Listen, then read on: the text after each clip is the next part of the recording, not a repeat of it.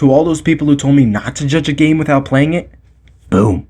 Now can you shut up and stop resorting to the one and only cheap argument that's erroneous to begin with? Pikachu! Sonic Speed!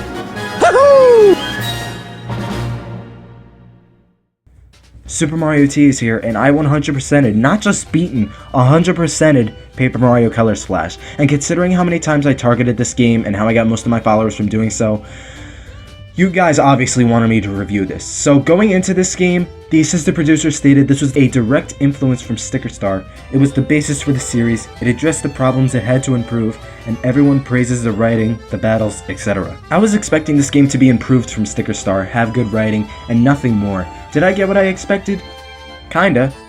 Because it's influenced from Sticker Star, I'll be making some comparisons between the two since it's fair to do so. So does this title brim with colorful quality, or is it a drop in the paint bucket? We'll start with the story. A colorless Toad was mailed to Peach and she rushed to tell Mario and uncover this mystery. Mario somehow recognizes the stamp of the original sender's location and sails with the princess to Prism Island. Upon arrival, he sees the island is drained of its color along with its citizens. He encounters a paint can named Huey, who sat in to discover the drenched island and missing paint stars of Prism Island, and him and Mario decide to team up and bring the land back to its colorful state. And I wouldn't consider this a spoiler, honestly. If you couldn't tell from the enemies and the tape lying around, the name that's on the tape specifically, or the fact that this game has been out for 4 months and if you've been living under a rock, it's Bowser and his army causing this, and soon enough he captures Peach too, stacking another objective on Mario's to-do list. Now, I wasn't expecting much from this story, because we've heard about this so many times in 2D and 3D Mario games before. It's become the norm of main Mario games, and it's making its way into Paper Mario. Kind of displaying a form of laziness, but in all honesty I expected this and didn't care that much. It's your average Mario story. The first thing you'll notice in this game is its art style, and how it can be perceived. It could go two different ways. On one hand, some people will get turned off by how much papery the game is, despite it being called Paper Mario, and I can see why. Because the whole thing in Paper Mario, it was an aesthetic. It was just a visual touch and wasn't involved in the gameplay or story or anything like that. But in this game, it's used a lot in the game's dialogue, and a lot of jokes and interactions have to do with the fact that everything in this game is made of paper. This makes them feel very novelty-like and lifeless, as if it were a pop-up book, ironically enough, materialistic and not so human. Paper Mario was called Mario's story, and now the paper is used as comedic relief. I understand, however, you cannot deny that despite that, the game takes the paper aesthetic to a whole new level. Up there with Smash, Mario Kart 8, Xenoblade and such, this may be one of the most beautiful Wii U games ever. The art style is so colorful, no pun intended, and it looks so much like cardboard and paper, it's insanely beautiful. Also, this game is long. It is long. When I got the first big paint star, mind you, I also like to complete games 100% most of the time. It even took 5 to 6 hours to do so, and that's a seventh of the game. The game will take a while to beat on its own, let alone 100%. Speaking of jokes, this game has plenty. The dialogue, along with the graphics, are this game's best attributes. The lines get cheesy, thrown away, shallow, and are hit or miss from time to time, especially since I went over how novel the characters are with the paper thing, but I still laughed a lot at the lines the characters had. The game is brimming with personality and comedy. It's unbelievable. The jokes, innuendos, references, so many lines in this game will have you busting your balls, and these lines help give the characters personality as well. Not once have I ever felt sympathy for a Shy Guy talking about life and thankful for going out by fighting Mario, or a soggy Shy Guy trying to be independent and help out but risk his life in doing so, or a Toad lose his clothes from a gust of wind. The game is not shy with its words or its characters, and Huey is funnier and more lovable than Kirsty. Dare I say, he's close to as lovable as some characters / partners in Paper Mario 64 and the Thousand Year Door. Even the environments brim with charm as well. Coliseums, rock, paper, scissors tournaments, annoying, random, tedious rock, paper, scissors tournaments, restaurants, a circus, a Super Mario Bros. 3 themed level. I'm giving this game props for going further with the environmental charm as well. Just, this game is charming overall. The music is awesome and amazing as well. Finding all the colorless spots on a level grants you a song in the game's sound test, which to me, as a video game music enthusiast, is a smart-ass move. But there are some things not so charming. Some of these things I'm going to mention right now, they're more so nitpicky than anything majorly problematic, and it's more so issues I personally had. For one, as charming as the characters are, the only new character you'll get is Huey. Shy Guys, Toads, Goombas, Toads, Koopas, Toads, Koopalings, Toads, all familiar faces wearing mostly the same attire will be seen and not looking any different compared to each other. Mostly like Sticker Stars characters, which kinda hurts the fact that there already is so much personality within the writing that the lack of distinct design makes them less memorable. And with mostly familiar faces, I feel if this were the Mushroom Kingdom, there would be little to no difference in the environment or story or anything. Hence why I don't feel any remarkability within the island outside of its environments. And no explanation of how Mario even knows anything about Prism Island. There's also a grid-based map, making the game feel more linear and straightforward, not as expansive or large, just the Sticker Stars grid-based map. It's just there because. And what still boggles me is that the assistant producer was afraid to spoil Bowser, yet that was everyone's first guess. And also, in the overworld, the game implements a sort of mechanic where you need to cut out the world around you and use platforming in order to progress. It's not really problematic in a sense. If you're stuck, just give it a shot. But I didn't mention this before, so I figured I'd bring it up now. But most of these are small nitpicks, like I said, are questionable, and they don't really determine the game's quality in any major significant way. That's mostly used for comparison or preference among the series or other games.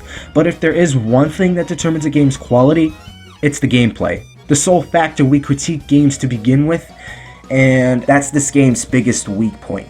The battles are exactly like Sticker Star, to where it's kinda crappy, and there are no incentives to fight. No, wait, SNT, you get these paint hammers that increase the amount of paint you store. That's an incentive, that's the experience you get in the game. That's where I'm gonna have to disagree with you. For one, the game is incredibly easy. For as much as I tried avoiding battles, I still had no trouble keeping my paint well supplied, because you can find so much of it in the overworld, as well as cards and blocks, hidden areas, cutouts, bushes, trees, windows, flowers, almost anything at all has paint and cards. You'll never feel the need to go out of your way to increase your paint supply. You can go through and buy a decent chunk of cards already painted in, as well as purchase one-ups if you ever do run out of paint. And the game forces you through a pretty decent number of battles that are unavoidable, such as ones on a train where you need to save rescue toads, or the same scenario in an underground cave, or in a factory, and much more occurrences other than those. So even then, the paint supply has never been an issue. Especially almost midway through the first quest to the first big paint star, it's nearly impossible for you to run out of paint. And your paint becomes more scarce with the cards you use. Despite the overworld supplying enough paint for you along with cards, you'll feel the need to conserve the paint for the necessary battles and bosses, along with conserving health and time, encouraging you to avoid battles. Like I said, for as easy as avoiding battles are, I got little to no punishment in doing so. The game is easy to the point it doesn't punish you for not fighting. However, there are occurrences where you'll be outran by an enemy and thrown into a battle, and there are instances on the first turn, second turn, and even the third turn where if I try to flee from a battle, Mario trips, has to go back into the battle, and has to take damage, which seems redundant and pointless as battling is. What also makes it easy is the cards are like Sticker Star stickers, to the point they're spoon-fed to you and are strong enough already. And the way it's sorted for you almost makes the game play itself, honestly. You don't feel like you're doing much to strengthen yourself, and the game gives you strong cards that make you feel overpowered. Having experience enhances and strengthens your character in more ways than one, with health, special points, stats, equipment, etc. Here, the paint hammers just give more space to something I can already access. And getting each big paint star gives you HP drops as pickups for clearing a quote-unquote world. I don't know what to call these. You get big paint stars. I don't know if they're chapters. I don't know if they're worlds. They're probably chapters. The game's not as cryptic and annoying as Sticker Star when it comes to finding things you need in order to go on, but that constant backtracking in levels for not just things but characters to progress feels a little tedious. You cannot progress without them. You can't finish some boss battles without them, and it feels unnecessary, just like again the battling. I received no punishment and little reward in doing so, making the battles almost as pointless as Sticker Star. You're wasting more than you're gaining, and the battle mechanic itself is still as chore and tedious as ever, especially those battles that are forcing you to fight. You have a deck of cards, and you use the gamepad to drag at least one card in a slot, hit a button that says card ready, hold down the stylus to fill in the paint, hit a button that says done painting, slide the card up, and then execute the attack. There are advanced controls to where it's implemented with the buttons instead, but it's another one of those things the gamepad really did not need at all, and even with them on, it still felt dragged out. It hinders battling even more, and I forgot to mention, once you use a card, it's gone, making them more scarce and making estimation of your enemy's health an issue. Say I see a Shy Guy. A Shy Guy's health is not this weak, but this is just an example. Say I see a Shy Guy, and I believe it'll take a Fire Flower, a KO Hammer, and a jump to kill it, but the Fire Flower was all I needed. all 3 of those cards were in that slot, and because the Fire Flower was enough to take the Shy Guy out, the other 2 cards I said I was going to use, the KO Hammer and the Jump, are gone. They don't go back in your deck, they are gone, despite me not using the attack. And of course, underestimating your opponent leads you to use not enough cards and hurt yourself. The enemy's health itself is determined from the amount of color the enemy has, which is creative on paper, but just makes that estimation thing a bigger problem. Bottom line, the battle system creates so many problems in more ways than one, and I don't get why they thought keeping it was a great idea. Plus, it's also because of this, the exploration and traveling in this game does not feel monumental or anything, and it just makes the experience more boring and middle bar. Like, I don't feel any excitement or happiness whenever I beat a level, an enemy, get a thing, beat a boss, etc. I just get a sense of, oh, I did it, yay. Next, kinda like how you coast through a game that's not bad but not good either, like plain. Kinda like how most people feel in new Super Mario Bros. Games nowadays, cause they've experienced the game time and time again. You get what I'm saying? When the gameplay collapses the structure of the game itself, that really turns me off. To be honest, I was more relieved by the fact that how much closer I got to the end of the game, signifying how much closer I was done to finishing it. You think I'm being cheap or lying? My Let's Play proves it. You could see I was not enjoying the battling, the gameplay.